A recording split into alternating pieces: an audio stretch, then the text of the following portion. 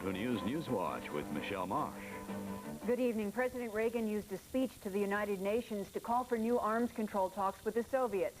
So far, the reaction in the official Soviet news media has been negative.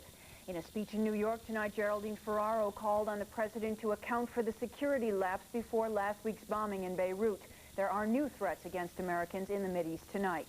And Labor Secretary Raymond Donovan was questioned today by a Bronx grand jury investigating his former company. Details at 11. Channel 2 News Newswatch with Michele Marsh. Good evening. An out-of-court settlement in the oil industry could mean lower gas prices at your local service station. Mass murderer Charles Manson is in a California prison hospital tonight after a fellow inmate set him on fire during a fight. And Essex County Police are patrolling in pairs tonight because of last week's murder of a colleague. Details at 11. The fight that was won after a deadly battle was lost. Coming up, the legacy of a gunned-down New Jersey police officer and plans to increase security on the beat. The Pentagon's plans for an astronaut army, new disturbing questions about security at a vital U.S. embassy, and cult killer Charles Manson attacked in prison in an argument over religion. And Dr. Frank Field is looking for cool weather, and Warner's got the hot pennant race in the American League West.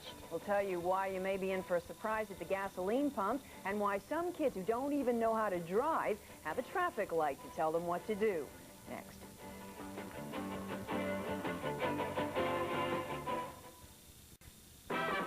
Channel 2 News at 11 with Rolland Smith, Michele Marsh, Warner Wolf on sports, and Dr. Frank Field with the weather.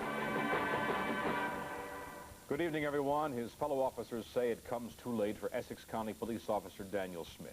But tonight, 1 week after Smith was shot to death during a routine traffic check, the order was given for mandatory 2-officer patrols.